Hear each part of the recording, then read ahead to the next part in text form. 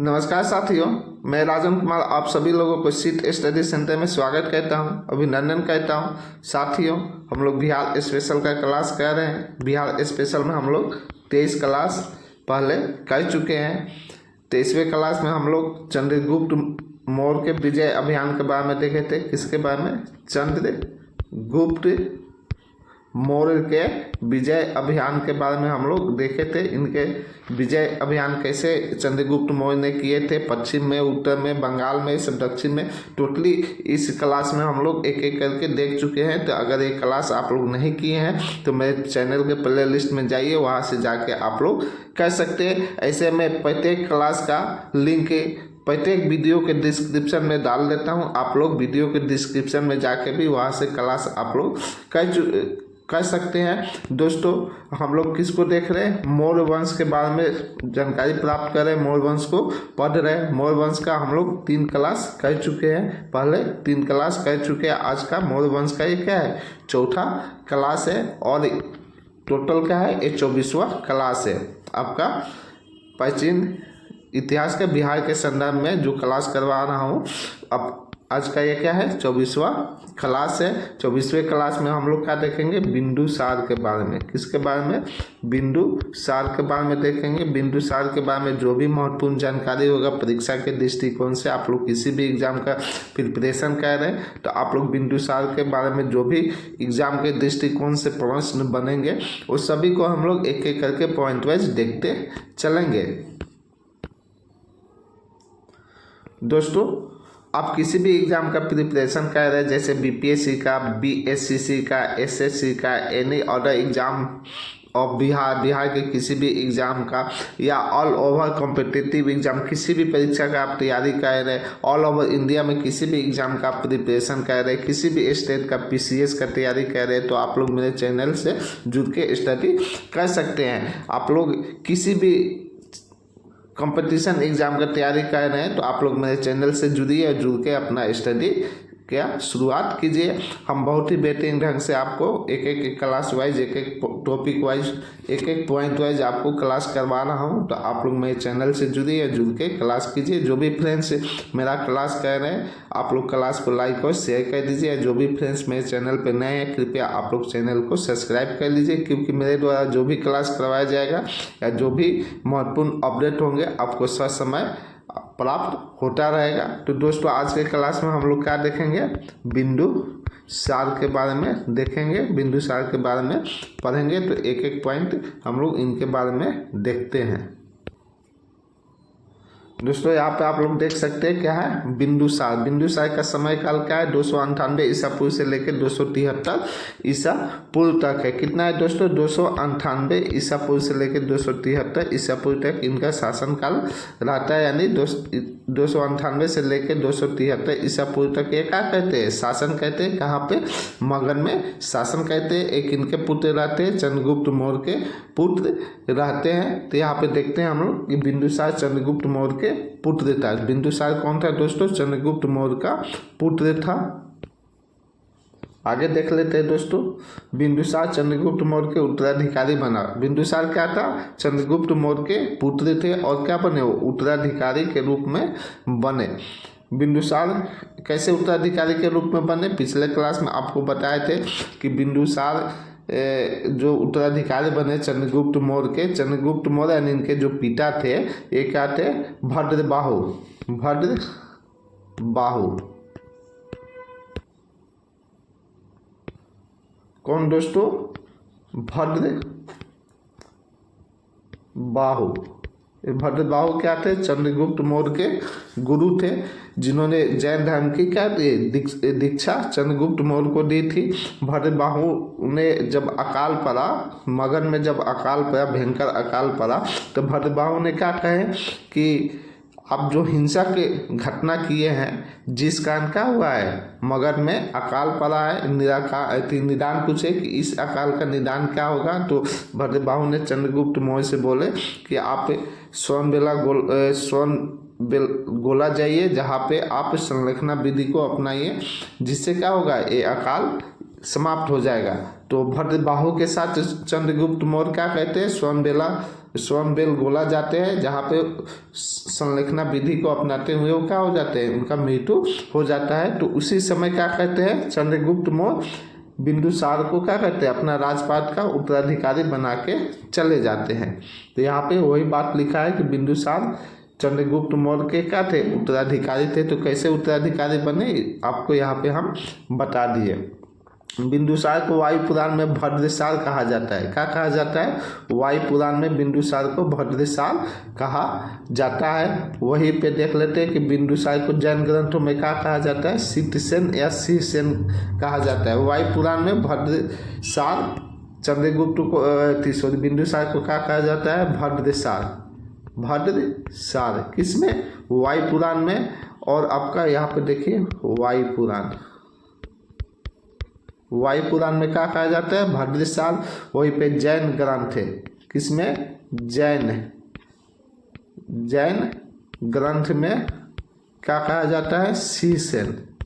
आप क्या कह सकते हैं, सिंहसेन। किसको, बिंदुसार को। तो ये बात को आप लोग नोट डाउन कर लीजिएगा कि वायु पुराण में बिंदुसार को क्या कहा जाता है, भद्रसार।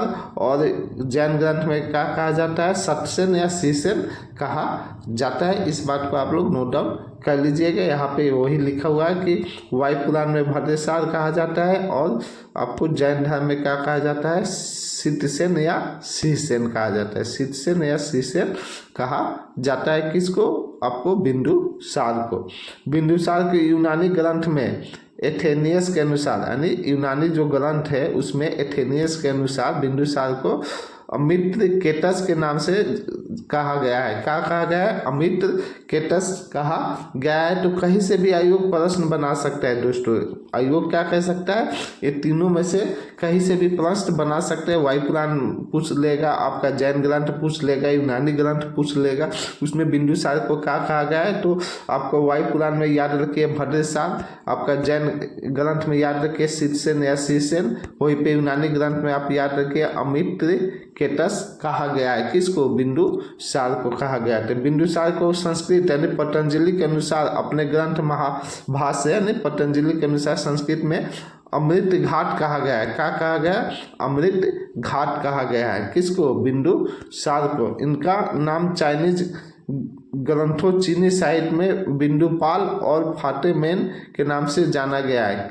किसमें, चाइनीज जो ग्रंथ है, ठीक है, चाइनीज ग्रंथों चीनी साहित्य में क्या कहा गया, बिंदुपाल कहा गया और फातेमैन कहा गया है। इनके अन्य नाम वारिसार और बिंदुनाथ भी थे। तो यहाँ पे आप देख सकते हैं कि इनके कितने नाम है। यहाँ पे आप लोग इस नाम को एक बार देख लीजिएगा। क्या कीजिएगा, एक बार इनके नाम को यहाँ पे आप लोग देख लीजिएगा कितने नाम से बिंदुसार को जाना गया है। वायु पुराण में भद्रसार, ठीक है, जैन ग्रंथ में हितसेन या सिंहसेन के नाम से, वहीं पे देखिए आप यूनानी ग्रंथ में अमृत केटस के नाम से, और आप संस्कृत में अमृत घाट के नाम से, और जो चाइनीज ग्रंथों चीनी साहित्य में बिंदुपाल और फातेमैन के नाम से, और जो अन्य नाम है इनका वारिसार और बिंदुनाथ भी है। तो इतने नाम किनके हैं, आपके बिंदुसार के हैं। बिंदुसार का जन्म सिजेरियन तकनीक से हुआ था, यानी सिजेरियन तरीका, यानी जो अभी के जो वर्तमान समय में बच्चा जो हो रहा है तो क्या होता है, ऑपरेशन करके होता है, उसी तरीके से क्या हुआ था, इनका जन्म हुआ था। किनका, बिंदुसार का जन्म हुआ। जन्म के समय इनके सर पे बिंदुसार निशान पर गया था, जिसका इनका नाम बिंदुसार पड़ा। यानी बिंदुसार इनका नाम कैसे पड़ा, इनका जन्म जो हुआ था सिजेरियन तरीके से हुआ था। यानी आज के वर्तमान समय में आप कह सकते हैं जो ऑपरेशन से बच्चा होता है तो वैसे ही हुआ था। और इनके सर पे क्या था, एक बिंदु का निशान था। किसका निशान था, बिंदु का निशान था, जिसका इनका नाम क्या पड़ा, बिंदुसार पड़ा। जिसका इनका नाम क्या पड़ा, बिंदुसार पड़ा। जैन धर्म के अनुसार बिंदुसार की माता दुर्धरा थी। जैन धर्म के अनुसार बिंदुसार की माता कौन थी, दुर्धरा थी। थेरवाद परंपरा के अनुसार ये ब्राह्मण धर्म का अनुयायी था। यानी थेरवाद परंपरा के अनुसार बिंदुसार किस धर्म का अनुयायी था, तो ब्राह्मण धर्म का अनुयायी था। आगे देखते हैं दोस्तों, दिव्यदान के अनुसार ये आजीवक संप्रदाय के अनुयायी थे। यानी बिंदुसार जो थे दिव्यदान के अनुसार आजीवक संप्रदाय के अनुयायी थे। किसके अनुयायी थे? आजीवक संप्रदाय के अनुयायी थे। थेरवाद के अनुसार किसके अनुयायी थे? ब्राह्मण धर्म के अनुयायी थे। और दिव्यदान के अनुसार किसके अनुयायी थे? आजीवक संप्रदाय के अनुयायी थे। इस बात को आप लोग याद रखिएगा। एक कहानी ये कहा जाता है कि इनकी जो माता थी दुर्धारा, वो क्या थी, उनको किसी ने क्या किया था, जहर पिला दिया था। उस समय क्या थे, बिंदुसार गर्भ में थे अपनी माता का, तो सिजेरियन तरीके से जो जन्म हुआ था, उनको आनन फानन में चाणक्य जो है क्या किए थे, सिजेरियन तरीके से उनका जन्म करवाए थे, क्योंकि वो जो विष फैल ना जाए इस वजह से उनका जो सिजेरियन तरीका था, जो ऑपरेशन करके आज वर्तमान समय बच्चा को जन्म होता है, उस तरीके से उनका जन्म हुआ था। ये भी सुनने को मिलता है, तो इस बात को भी आप लोग याद रखिएगा। यहाँ पे देखते हैं हम लोग क्या देख रहे थे कि थेरावत परंपरा के अनुसार बिंदुसार क्या थे, ब्राह्मण धर्म के अनुयायी थे। वही पे दिव्यदान के अनुसार बिंदुसार क्या थे, आपका आजीवक संप्रदाय के अनुयायी थे। आगे देख लेते हैं दोस्तों, पिंगल्स वर्ष के प्रभाव में आकर आजीवक धर्म अपनाया। यानी किसके प्रभाव में आकर आजीवक धर्म अपनाए थे? पिंगल्स वर्ष के प्रभाव में आके बिंदुसार ने क्या किए थे, आजीवक धर्म को अपना लिए थे। बिंदुसार के 3 प्रधानमंत्री थे। कितने प्रधानमंत्री थे? 3 प्रधानमंत्री थे। प्रथम चाणक्य आपके चंद्रगुप्त के भी प्रधानमंत्री बने थे। चाणक्य जो है आपके चंद्रगुप्त के भी प्रधानमंत्री बने थे। चंद्रगुप्त जब आपका घनानंद को पराजित करके मगध का सिंहासन पर बैठते हैं, तो उस समय भी चाणक्य क्या होते हैं, आपका चंद्रगुप्त के प्रधानमंत्री रहते हैं। और इनके पुत्र जो बिंदुसार है, इनके समय में भी क्या है, चाणक्य प्रधानमंत्री रहते हैं। यहाँ पे वही लिखा हुआ है कि बिंदुसार के 3 प्रधानमंत्री, प्रथम चाणक्य, द्वितीय खलाटक, तृतीय राधागुप्त। यानी कितने प्रधानमंत्री थे? 3 प्रधानमंत्री थे। कौन कौन? प्रथम आपके चाणक्य थे, दूसरे आपके खलाटक थे, और तीसरे आपके राधागुप्त थे। तो इस बात को आप लोग याद रखिएगा। यूनानी इतिहासकार लेखक इथिनीसियस के अनुसार बिंदुसार तथा सीरिया के राजा एंटीओकस प्रथम के मैत्री संबंध थे। यानी किसके अनुसार दोस्त कर सकते हैं आप, जो यूनानी इतिहासकार है या लेखक है, कौन? एथिनीसियस। कौन? एथिनीसियस के अनुसार बिंदुसार और सीरिया के जो राजा थे एंटीओकस प्रथम, उनके साथ क्या थे, दोनों का मैत्री यानी दोस्ताना संबंध था। क्या था? दोस्ताना संबंध था। बिंदुसार के दरबार में सीरिया के राजा एंटीओकस प्रथम ने डायमेकस नामक राजदूत को भेजा था। तो अगर एग्जाम में प्रश्न बने कि सीरिया का राजा एंटीओकस प्रथम ने अपने किस राजदूत को बिंदुसार के दरबार में भेजा था, तो आप क्या कह सकते हैं, डायमेकस जो राजदूत था उसको एंटीओकस प्रथम ने बिंदुसार के दरबार में भेजा था। आगे देखते हैं, मिस्र के राजा टोलेमी द्वितीय के काल में डायनोसिस या डायनोसियस नामक राजदूत मौर्य दरबार में बिंदुसार के राजसभा में आया था। यहाँ पे क्या कह सकते, मिस्र के जो राजा थे टोलेमी द्वितीय के काल में ये जो डायनिसियस नामक राजदूत मौर्य दरबार अर्थात बिंदुसार के राजसभा में आया था। कौन आया था? आपका डायोनोसियस नामक राजदूत आया था। यूनानी इतिहासकार एथिनीसियस के अनुसार सीरिया का ईरान के तत्कालीन शासक एंटीओकस प्रथम से बिंदुसार 3 चीजें, सूखी अंजीर या सूखा मेवा कह सकते हैं, मेवा अंजीर का, मदिरा यानी अंगूरी मदिरा अंजीर का, और दार्शनिक की मांग की गई। यानी यूनानी जो इतिहासकार थे एथिनीसियस के अनुसार, यानी यूनानी इतिहासकार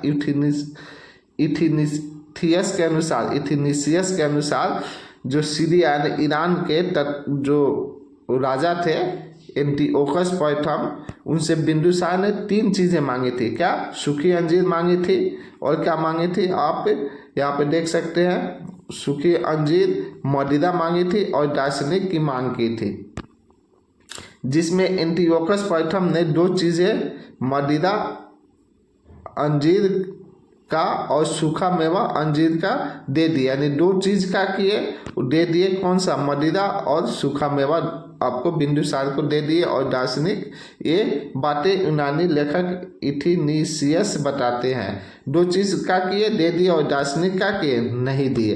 ये बात कौन बताता है? जो यूनानी लेखक है इथिनीलियस वो बताता है।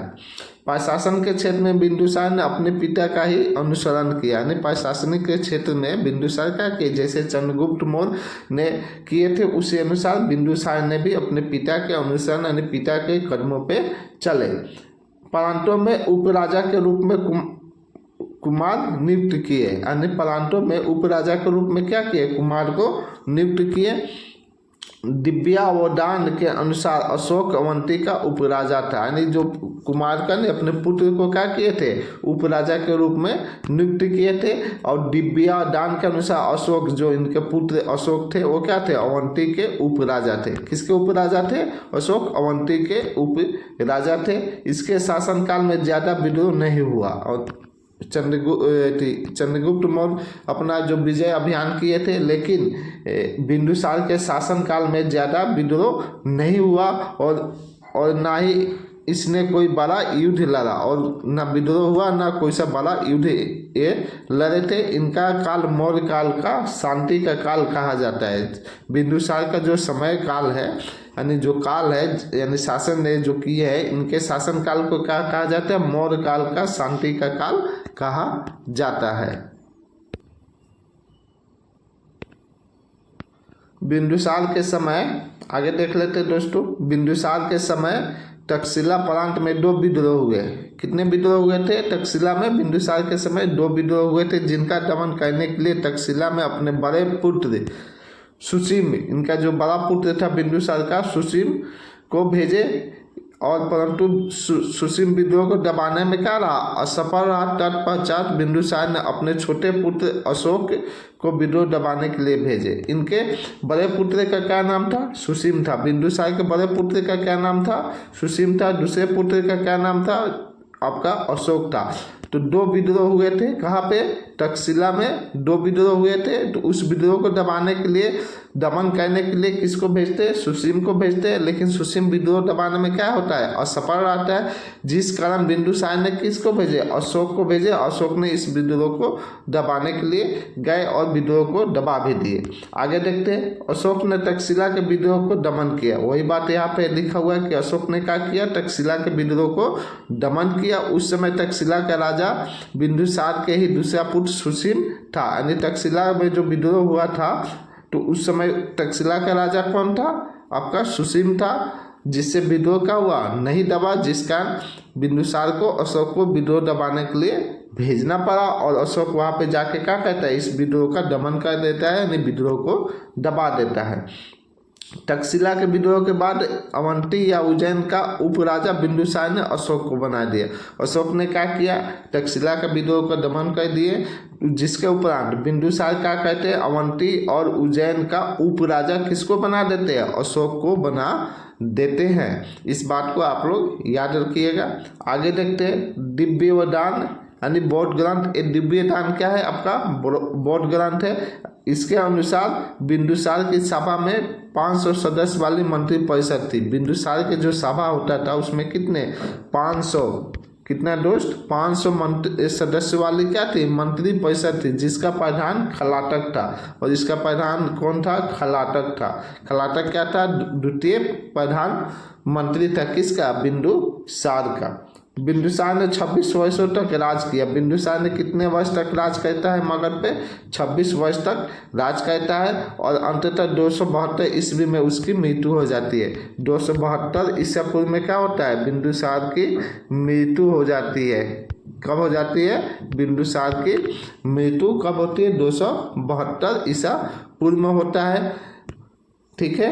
और इस बात को आप लोग नोट डाउन कर लीजिएगा कि 272 ईस्वी में बिंदुसार की जब मृत्यु होती है उसके बाद अशोक क्या होता है, राजा बनता है, और कैसे राजा बनता है ये सब कल के क्लास में हम आपको एक एक पॉइंट वाइज बताएंगे। आज के क्लास में बस इतना ही रहने देते हैं। बिंदुसार का छोटा छोटा क्लास करवा रहे, एक एक point wise topic wise class करवा रहे, जिसमें आपको पढ़ने में भी रुचि होगा और अच्छे से आप कवर भी कर पाइएगा। तो दोस्तों आज के क्लास में हम लोगों ने क्या देखे, बिंदुसार के बारे में देखे। किसके बारे में देखे, बिंदुसार के बारे में एक एक पॉइंट देख लिए। एग्जाम में कैसे भी प्रश्न आएगा, हमें आशा है कि आप लोग जरूर करके आइएगा। कल के क्लास में हम लोग देखेंगे अशोक के बारे में। अशोक के बारे में देखेंगे कि अशोक का कब कैसे गद्दी पर बैठता है और उनका राज्याभिषेक कब होता है, सब जानकारी एक एक करके हम लोग देखेंगे।